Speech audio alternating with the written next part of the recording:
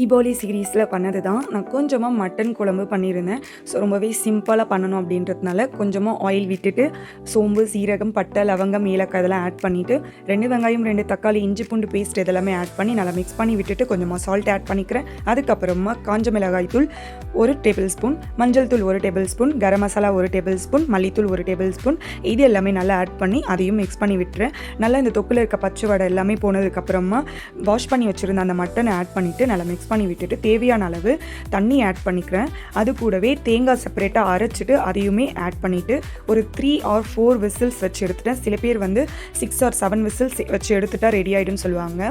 So நான் first time இதை இந்த மாதிரி ஒரு மாடுலேஷனில் ட்ரை பண்ணதுனால நான் ஒரு 6 விசில் மட்டும் வச்சு எடுத்தேன். கரெக்டாக வந்துடுச்சு குழம்பும். அதுக்கப்புறமா சைட்லேயே சிக்கன் 65 போட்டு எடுத்துட்டேன். ரொம்பவே சிம்பிள் தான்.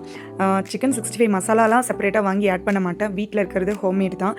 ஜஸ்ட்டு இஞ்சி பூண்டு பேஸ்ட், காஞ்ச மிளகாய் தூள், காஷ்மீரி சில்லி பவுடர், கலருக்கு உங்களுக்கு வேணும்னா நீங்கள் கலர் ஆட் பண்ணிக்கலாம், சால்ட், டர்மரிக், அதுக்கப்புறம் மல்லித்தூள் 1 டேபிள் ஸ்பூன் ஆட் பண்ணிவிட்டு நல்லா மிக்ஸ் பண்ணி விட்டுக்கிறேன். எனக்கு ஓவர் ஸ்பைஸியாக இருந்தால் ரொம்ப பிடிக்கும்.